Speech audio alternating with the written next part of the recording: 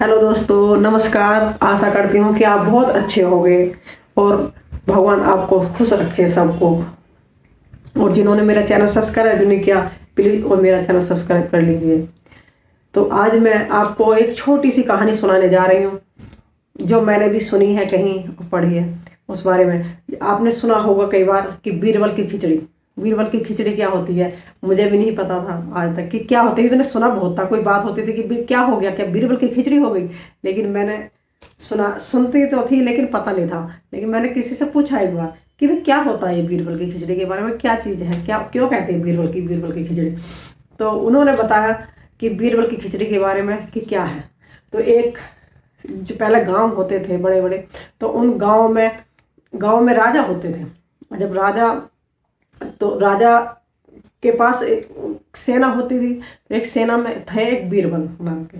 तो बीरबल को जो रखा गया था राजा ने, वो थोड़ा इस वजह से रखा गया था क्योंकि वो सलाह देते थे, सलाहकार के तौर पर रखा गया था कि वो कोई भी चीज़ अगर खराब हो रही है, बिगड़ रही, तो बताते थे कि हाँ इस तरह से नहीं, इसको इस तरह से कर लो।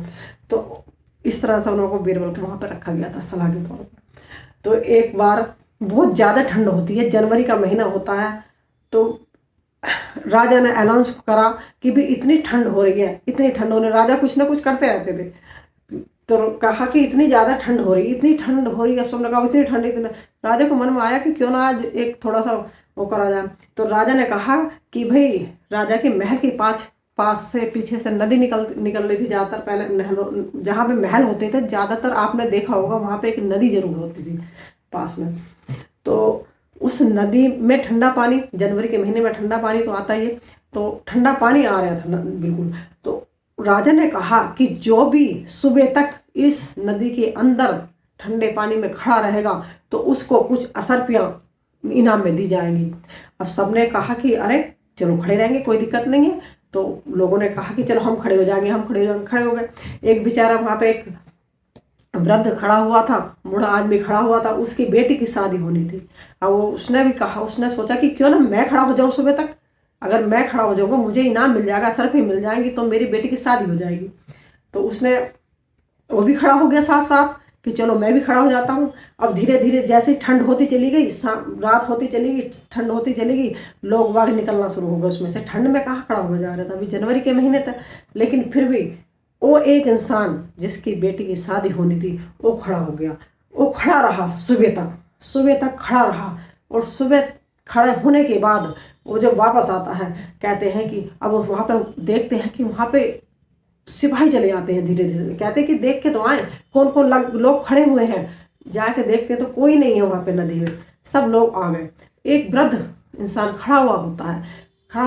तो वो देखते हैं कि भाई ये कैसा खड़ा हुआ है, पूरी रात हो गई इसको खड़े खड़े। तो एक घर होता कहीं दूर में घर होता, तो घर में एक दिया जलता हुआ होता और दिए के तरफ हाथ जोड़कर खड़ा हुआ होता वो से। अब खड़ा हुआ होता तो उसको देखते हैं। अब राजा की जो सिपाही है वो देखते हैं कि ये क्या देख रहा है इधर। उसने देखा कि दिया, कि ओ हो, ये तो दिए की रोशनी, दिए की आंच ले रहा, वो तो दिए की आंच से खड़ा हुआ है इतनी देर, इतनी सुबह तक, वरना तो सब चले गए। अब वो जब आ जाते हैं, सुबह हो जाती है, तो राजा के पास आते हैं। वो वृद्ध इंसान भी राजा के पास आता है और कहता है कि राजा जी मेरा इनाम दे दो, जो मुझे इनाम है मेरा रखा गया था। अब चलो जी, अब राजा तैयार हो जाते कि चलो भी इनाम दे देते हैं। तो राजा के जो सिपाही होते हैं वो कहते नहीं, राजा इनको इनाम नहीं देना चाहिए। कि क्यों नहीं देना चाहिए इनाम, तो वहां पे बीरबल भी खड़े हुए होते हैं। तो बीरबल भी देखते हैं क्यों नहीं देना चाहिए इनाम। कहने लगे नहीं, एक घर में दिया जल रहा था और दिए की आंच से ये पूरी रात खड़े रहे, कि इसलिए इनको इनाम नहीं दिए जा रहे। इन्होंने तो ये सच्चे मन से नहीं खड़े थे। कहने लगे ठीक है चलो नहीं देते इनाम, कैंसिल कर दिया। अब कैंसिल कर दिया। अब इस बात पे बीरबल को बहुत गुस्सा आया। बीरबल ने कहा कि एक इंसान बेचारा जनवरी के महीने में पूरी रात खड़ा था वहां पे, और तुम्हें ये लग रहा है कि ये आसान था, आपने इनको इनाम नहीं दिया। कोई बात नहीं, मैं भी अपने घर चला जाता हूँ। बीरबल जी घर पर पहुंच जाते हैं अपने, और घर पे जाकर नीचे आग जलाना शुरू कर दे, आग जला देते हैं। आग जलाते हैं और ऊपर एक हांडी बांध देते हैं पेड़ से, और पेड़ से हांडी बांध देते हैं, और नीचे आग जलती रहती है। उसमें खिचड़ी बनाना शुरू कर देते हैं। तो उसको कहते हैं बीरबल की खिचड़ी। खिचड़ी बनाना शुरू कर देते हैं। और जब आते हैं वहाँ पे राजा के पास नहीं आए बीरबल, तो राजा ने कहा कि बीरबल कहाँ है। तो वहाँ पे सिपाहियों से कहते देख कर जाओ, बीरबल को बुला के लाओ। बीरबल को बुलाने जाते हैं तो देखते हैं कि बीरबल तो खिचड़ी बना रहे हैं, कि खिचड़ी बना रहे हैं। तो आके कहते तो कहने लगे उनको, तो मैं राजा जी बुला रहे हैं। तो बीरबल कहते हैं कि चलो मैं आऊँगा, लेकिन मेरी खिचड़ी बननी है, मैं खिचड़ी खाने के बाद आऊँगा। अब ठीक है, राजा के पास चले जाते हैं सिपाही। तो राजा कहते हैं कि आए नहीं बीरबल। तो सिपाही कहते नहीं, और नहीं आए, उनकी तो खिचड़ी बननी, खिचड़ी खा के आएंगे। कहने लगे ठीक है चलो। 1 घंटे बाद हो गया, 1 घंटे बाद फिर देखते हैं, फिर बीरबल यही कह देते हैं कि मैं खिचड़ी बननी, खिचड़ी खा के आऊँगा। होते करते शाम हो जाती है। इस तरह से शाम हो जाती है। तो राजा कहते हैं कि क्या हुआ, बीरबल नहीं आया। कह रहे बीरबल नहीं आया।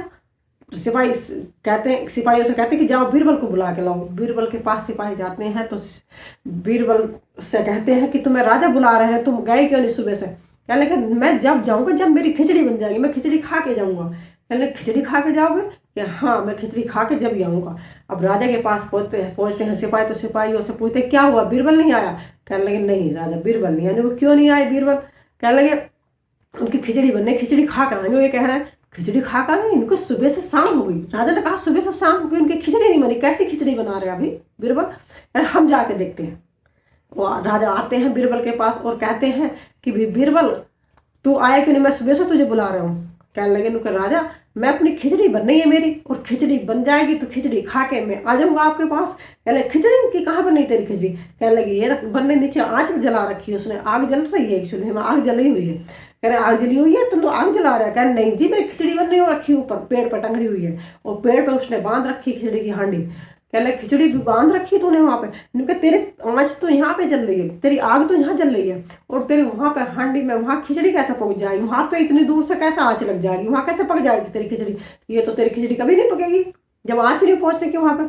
कि क्यों नहीं पहुँचने की, आप ध्यान से सुनिए आप बात को, कि क्यों नहीं पहुँचने की वहाँ पे आँच। जब एक जल में खड़ा हुआ आदमी के लिए एक दूर घर में दिए की आँच आ सकती है, तो मेरी खिचड़ी तो फिर भी पास में है, इसके यहाँ तक आँच नहीं पहुँच सकती। तो राजा देख सुन के हैरान हो जाते हैं।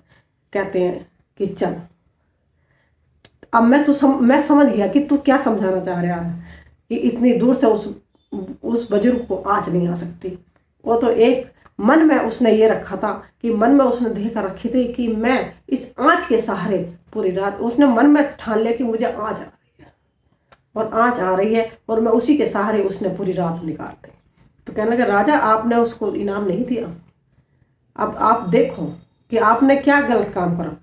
तो राजा कहने लगे चलो तुम चलो बीरबल, चलो महल में चलो, और उन बुजुर्ग को बुला के लाओ, और बुजुर्ग को मैं इनाम दूंगा। तो बीरबल ने बुजुर्ग को इनाम दिलाया, और कहते हैं जब से कहते कि बीरबल की खिचड़ी, क्योंकि आग नीचे जलती है और खिचड़ी ऊपर बन जाती, तो खिचड़ी तो नहीं बन पाएगी। तो उसको कहते हैं बीरबल की खिचड़ी। की क्या हो गया, बीरबल की खिचड़ी हो गई। दोस्तों, अगर मेरी कहानी आपको अच्छी लगे तो प्लीज़ मेरे चैनल को सब्सक्राइब करिए और कमेंट्स करके बताइए। नमस्कार दोस्तों।